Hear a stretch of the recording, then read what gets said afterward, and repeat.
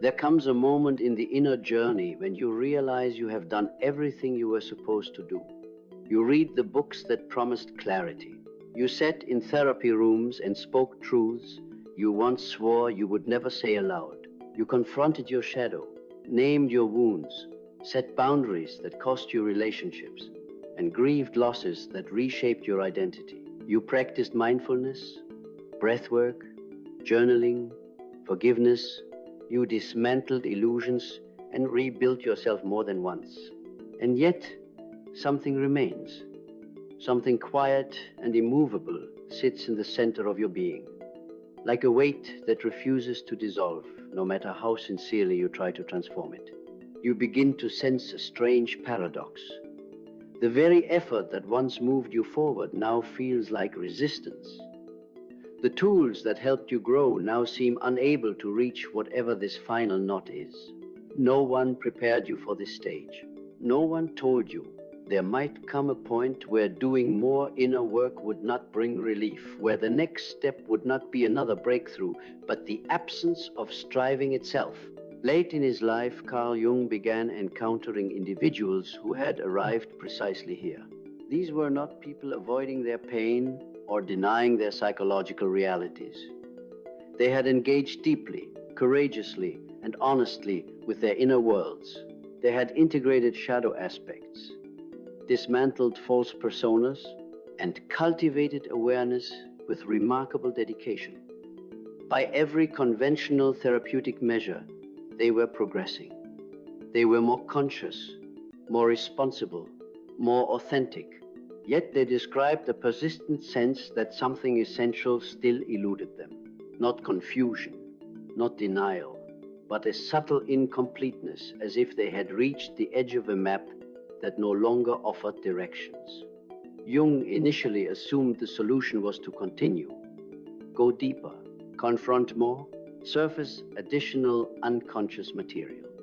The psyche, after all, had always revealed new layers when approached with sufficient courage.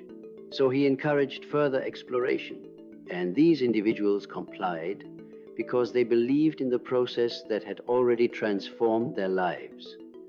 They worked harder, they analyzed more thoroughly, they revisited old wounds from new angles, but the unresolved center did not yield. In many cases, the emptiness intensified. It was as though the psyche itself was signaling that the strategy of effort had reached its limit. Gradually, Jung recognized a pattern. Those who became stuck at this threshold shared a profound level of self-knowledge. They understood their emotional histories, their defensive structures, their unconscious motivations. They had mapped the terrain of their inner lives with impressive precision. Yet this very mastery concealed a subtle barrier. All of this insight was still the activity of the ego observing itself. The conscious mind was still attempting to organize transformation through analysis and control. And there existed a dimension of the psyche that could not be accessed in this way, a deeper totality Jung called the self. He came to understand that beyond a certain point, psychological development required something entirely different from effort. It required surrender. Jung eventually named this threshold the Sophia stage, a phase not achieved through strategy, but encountered when the ego exhausts its capacity to direct growth and something wiser begins to emerge from within. To understand what Jung meant by the Sophia stage, it is necessary to understand what he discovered about the limits of psychological effort itself. Throughout his clinical observations, he witnessed individuals move through profound stages of inner transformation. They confronted aspects of themselves they had long avoided. They allowed suppressed emotions to surface. They accepted responsibility for unconscious patterns that had shaped their relationships and choices for years. They became more psychologically honest, more internally aligned, more capable of standing in truth rather than performance. From a therapeutic standpoint, these individuals were doing exactly what depth psychology was designed to facilitate. They were integrating shadow material. They were dismantling defensive personas. They were reclaiming disowned parts of the psyche and learning to hold contradiction without fragmentation. By all visible standards, they were becoming healthier. And yet, many reported an unexpected phenomenon. Beneath the progress, beneath the insights and emotional breakthroughs, there remained a quiet but persistent sense that something essential was still unresolved. It was not dramatic. It did not announce itself through crisis or collapse. Instead, it appeared as a subtle heaviness, a feeling that all the work had brought them closer to themselves, but not yet into the deep peace they had imagined would follow. Jung's initial response was logical within the framework he had spent decades developing. He assumed there must still be deeper layers of unconscious material awaiting integration. Perhaps the psyche was more complex than previously understood. Perhaps the remaining discomfort signaled unfinished work. So he guided these individuals further into the process. They revisited formative memories. They examined recurring emotional patterns. They explored symbolic material emerging in dreams and active imagination. They engaged the psyche with discipline and sincerity. What surprised Jung was that the more diligently they continued, the less relief they experienced. In some cases, the sense of inner tension intensified. The very act of continued psychological striving seemed to reinforce the condition it was meant to resolve. This contradiction led him to reconsider a fundamental assumption, that consciousness always expands through effort. Over time, he began to recognize a recurring psychological configuration among those who reached this impasse. These individuals possessed a deep familiarity with their inner worlds. They could articulate their wounds with clarity. They understood the origins of their fears, their attachment patterns, their defensive behaviors. They had cultivated the capacity to observe their own thoughts and emotional responses with remarkable precision. They had, in many ways, mastered the psychological landscape of the ego. Yet this mastery revealed an important limitation. The ego, no matter how refined, remained an instrument of organization and control. Its strength lay in differentiation, analysis, and intentional action. But there existed dimensions of the psyche that did not respond to these functions. Jung referred to this greater totality as the self, not merely the conscious identity, but the encompassing wholeness of psychic life, including unconscious processes, archetypal structures, and the organizing intelligence that guides development beyond personal will. He began to suspect that the individuals experiencing this persistent inner incompleteness were encountering a transition point. Their ego development had reached a high degree of sophistication. Their awareness was no longer fragmented by denial or projection.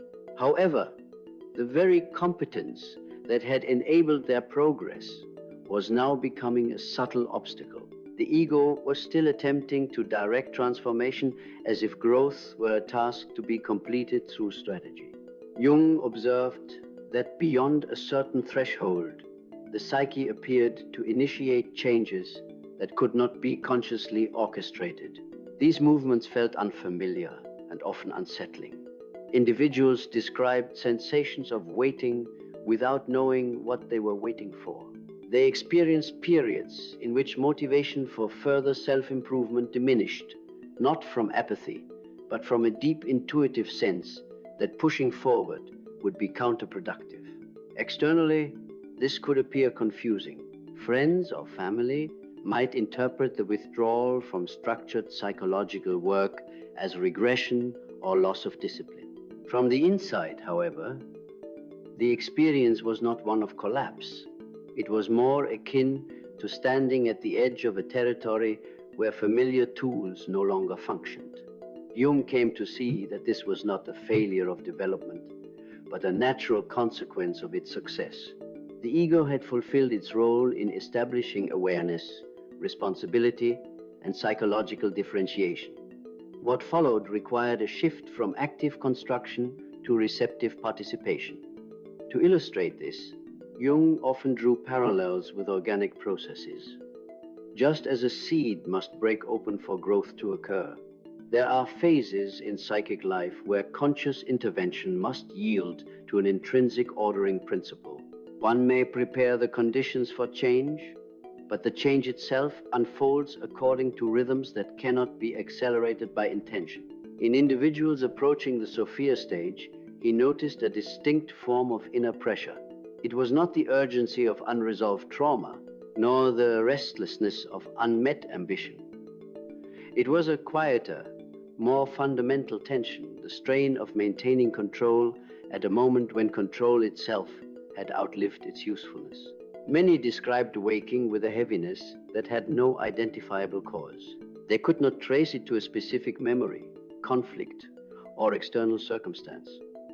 Therapy techniques that once provided clarity now felt strangely insufficient. Attempts to analyze the feeling only seemed to deepen it. Jung realized that this heaviness often signaled an underlying reorganization of the psyche. Insights gathered over years of introspection were being integrated at a level beneath conscious awareness.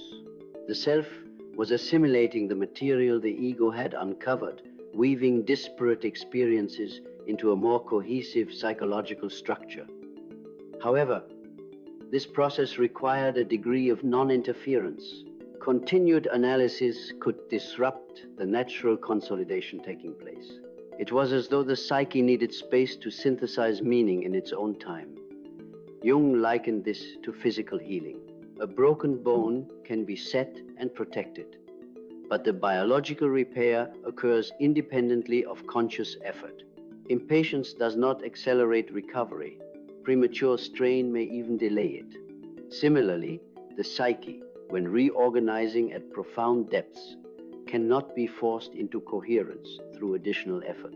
Recognizing this altered Jung's understanding of psychological maturation, he began to conceptualize a stage in which the individual's primary task was not to act, but to trust the unfolding of processes beyond the reach of deliberate control. He associated this stage with the archetypal image of Sophia, the embodiment of wisdom in many ancient traditions. Sophia did not represent knowledge accumulated through striving, but insight that emerges when striving subsides.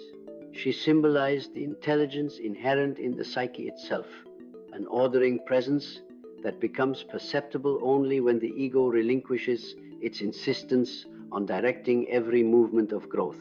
From the ego's perspective, this transition could feel threatening. The cessation of effort resembled defeat. Years of disciplined self-development had reinforced the belief that awareness and progress were inseparable from active engagement. To stop working on oneself could appear irresponsible or even dangerous. Jung observed that individuals at this threshold often experienced anxiety about losing the ground they had gained. They feared that relaxing their vigilance would allow old patterns to return. They worried that surrender might be indistinguishable from passivity.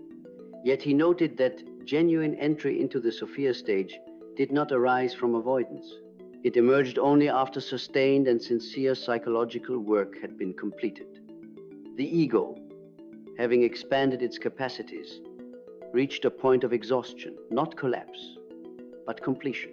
At this juncture, the individual was invited into a different mode of participation in their own transformation. Rather than directing every step, they were asked to remain conscious while allowing deeper processes to operate. This required tolerating uncertainty. It required inhabiting periods of not knowing without rushing to interpret or resolve them. For many, this proved to be the most demanding phase of development.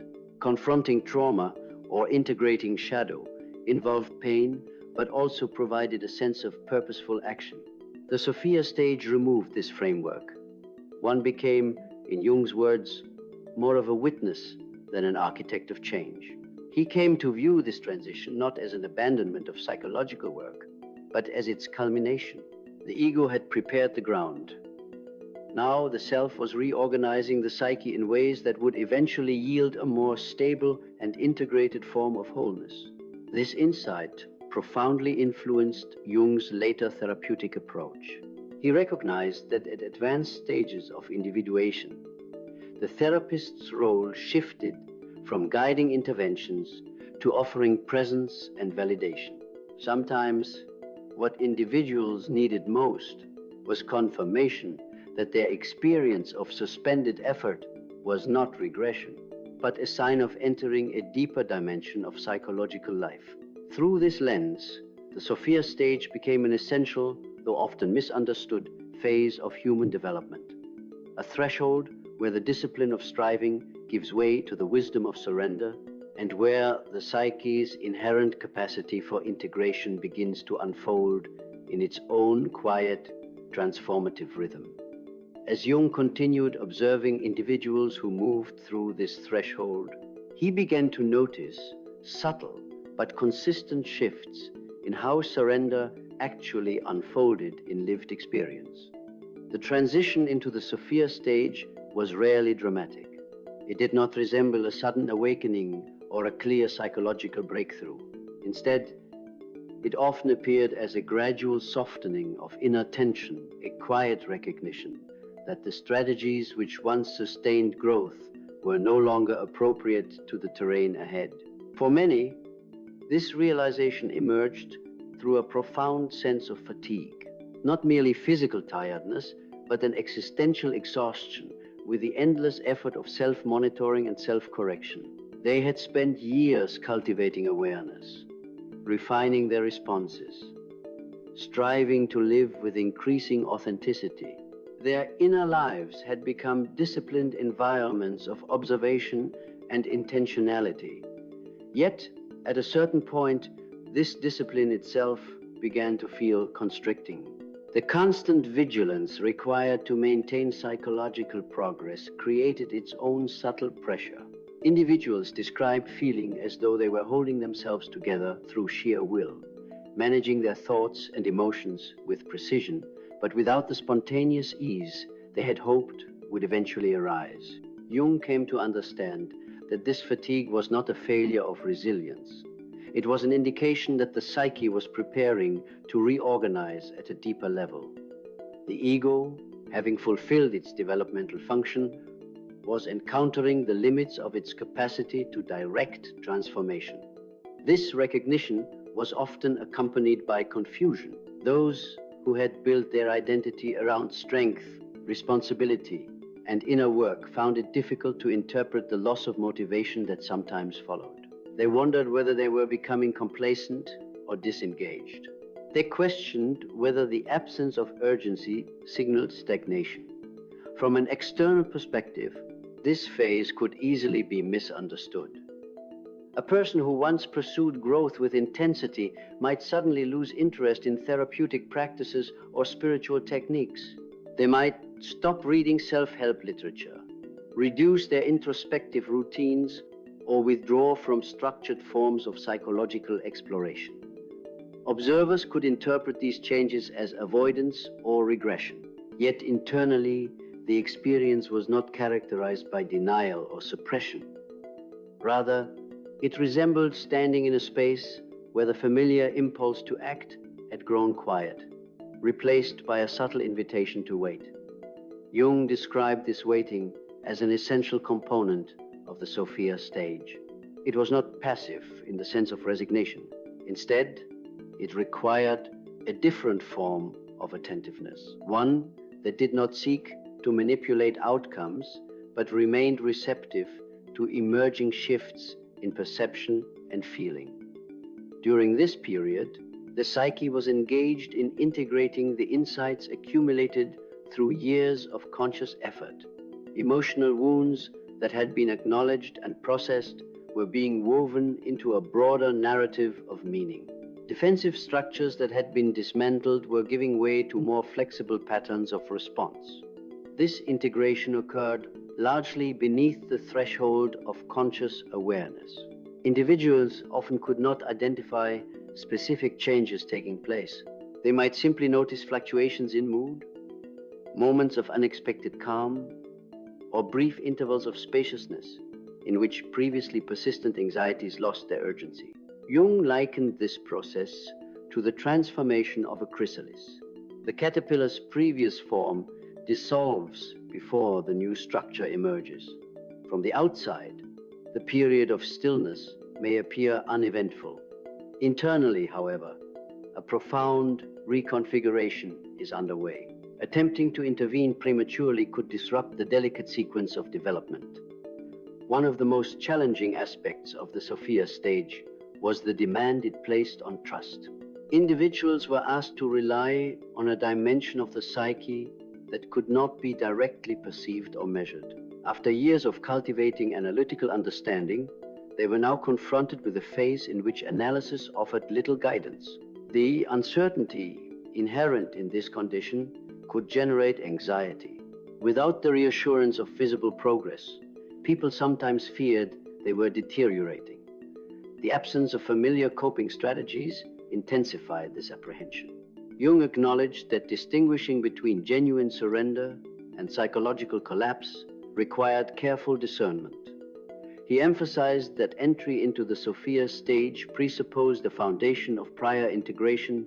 Only those who had already engaged deeply with their unconscious material could navigate this terrain without losing psychological stability. Surrender, in this context, did not mean abandoning responsibility or ignoring unresolved issues. It meant relinquishing the compulsion to orchestrate every aspect of growth.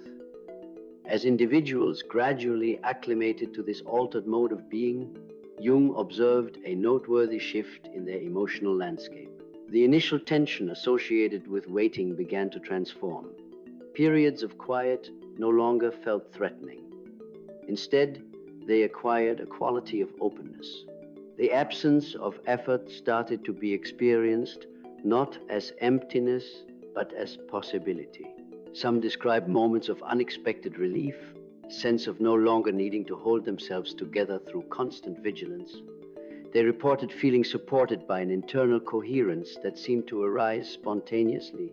This did not manifest as dramatic bliss or permanent tranquility. Rather, it appeared as a subtle but enduring confidence in their capacity to inhabit uncertainty without fragmentation. Jung interpreted this as evidence that the self was assuming a more active organizing role within the psyche. The ego was not being eliminated or diminished. Instead, it was being repositioned within a broader system of psychological regulation. Conscious awareness remained important, but it was no longer the sole driver of transformation. This rebalancing often resulted in changes in how individuals related to their experiences. They became less compelled to analyze every emotional fluctuation or to derive immediate meaning from each challenge. Situations that previously would have triggered extensive self-examination were now approached with greater equanimity. Jung noted that this did not signify indifference. On the contrary, sensitivity to inner and outer realities frequently deepened. What changed was the urgency to control outcomes. People learned to remain present with complexity without demanding resolution. He considered this capacity a hallmark of psychological maturity. It reflected a trust in the psyche's inherent capacity for self-regulation. The individual could participate consciously in life while allowing deeper processes to guide the integration of experience. Another important dimension of the Sophia stage involved the gradual dissolution of identity structures built around striving. Many who had devoted years to personal development derived a sense of purpose from being active agents in their own healing. Letting go of this identity could feel like a loss. Jung described this transition metaphorically as a form of symbolic death, not the annihilation of the self, but the relinquishment of the self as perpetual doer. The image captured the emotional intensity of releasing roles that had once provided stability and meaning. Yet he observed that beyond this symbolic death lay a quieter form of psychological renewal. Individuals who moved through the Sophia stage often exhibited a grounded presence that did not depend on external validation or continuous self-improvement. Their sense of worth became less contingent on performance. They developed a capacity to inhabit their lives with a simplicity that contrasted with the earlier complexity of constant introspection. Decisions were made with intuitive clarity rather than exhaustive analysis. Relationships were approached with openness rather than defensive calculation. This transformation was rarely sudden. It unfolded through incremental shifts in perception and behavior. Over time, however, the cumulative effect became unmistakable. The person who had once felt compelled to solve themselves discovered a more fluid way of being, one in which wholeness was experienced not as a distant goal, but as an underlying condition that could be trusted even amid uncertainty. Jung stressed that the Sophia stage did not eliminate the challenges of existence. Pain, loss, and conflict remained integral aspects of human life. What changed was the individual's relationship to these experiences. They no longer interpreted every difficulty as evidence of personal failure or unfinished work. Instead, they recognized that growth could continue without constant intervention. The psyche possessed its own intelligence, capable of integrating experience over time. Conscious effort still had a role to play when new crises arose, but it was no longer the default response to every internal movement. Through this understanding, Jung articulated a vision of psychological development that extended beyond the acquisition of insight. It encompassed the capacity to rest within oneself without needing perpetual confirmation of progress. The Sophia stage represented the culmination of individuation not because it ended transformation, but because it introduced a new relationship to the process itself. In this relationship, wisdom was not something to be pursued through relentless striving. It was something that emerged gradually when the individual learned to coexist with the rhythms of the psyche, to act when action was required, and to release control when deeper integration was underway. This delicate balance between participation and surrender defined the essence of the Sophia stage. It marked the transition from a life organized primarily around conscious effort to one informed by a more comprehensive alignment with the self. For Jung, this alignment signaled the emergence of a mature form of wholeness, not static or final, but resilient and adaptive. It allowed individuals to navigate the complexities of existence with a steadiness rooted not in certainty, but in trust. Such trust did not arise easily. It was cultivated through years of confronting the unknown within oneself. Yet once established, it offered a foundation from which life could be lived with greater authenticity and less fear of inner fragmentation. In this way, the Sophia stage became a profound testament to the psyche's capacity for self-transformation, a quiet culmination of effort, and the beginning of a deeper, more integrated participation in the unfolding of one's own existence. In the final phase of his reflections on individuation, Jung became increasingly aware that the deepest transformation a person undergoes is not always the result of deliberate effort.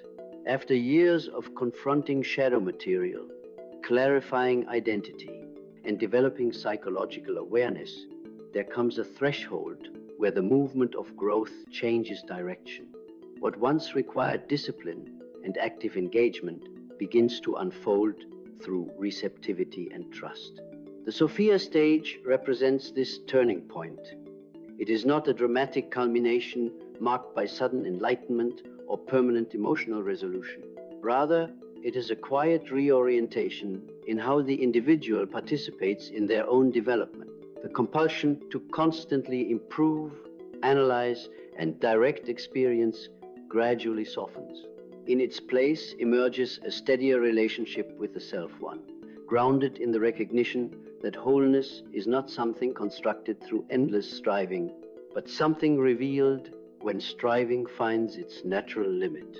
For many, this realization carries both relief and uncertainty. Relief, because the burden of maintaining psychological progress through constant effort begins to ease. Uncertainty, because the familiar framework of action gives way to a more ambiguous state of waiting and allowing. Jung acknowledged that this ambiguity can feel unsettling. Without clear markers of advancement, individuals may question whether they are evolving or losing momentum. Yet he observed that those who remain present through this phase often discover a subtle but enduring shift in their inner life. The need to interpret every experience diminishes. Emotional states that once demanded immediate resolution are held with greater patience. There is a growing sense that the psyche possesses its own capacity for integration, that not every transformation must be consciously engineered. This does not mean that psychological work becomes irrelevant. Rather, its role changes. Conscious effort continues to matter when new challenges arise, but it is no longer experienced as the sole mechanism of growth. Instead, it becomes one element within a broader process guided by an intelligence that exceeds the ego's capacity to fully comprehend. Jung viewed this intelligence as an expression of the self, the organizing center of the psyche that moves individuals toward greater coherence over time. Entry into the Sophia stage signifies a willingness to cooperate with this movement, even when its direction cannot be clearly defined. It involves trusting that periods of stillness may hold as much developmental significance as periods of active transformation.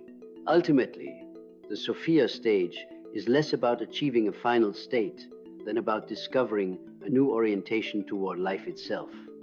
It invites a form of participation characterized by awareness without excessive control, engagement without relentless striving. In this orientation, the individual becomes capable of inhabiting uncertainty with a quiet confidence rooted in lived experience. Jung's observations suggest that this confidence arises not from certainty, but from having encountered the limits of personal effort and recognizing that something deeper continues to operate beyond those limits. The path of individuation, therefore, does not end with the completion of psychological tasks. It evolves into an ongoing dialogue between conscious intention and the unfolding wisdom of the psyche. In this dialogue, letting go is not a retreat from growth. It is the moment when growth begins to move through the individual with a steadiness that no longer depends solely on will.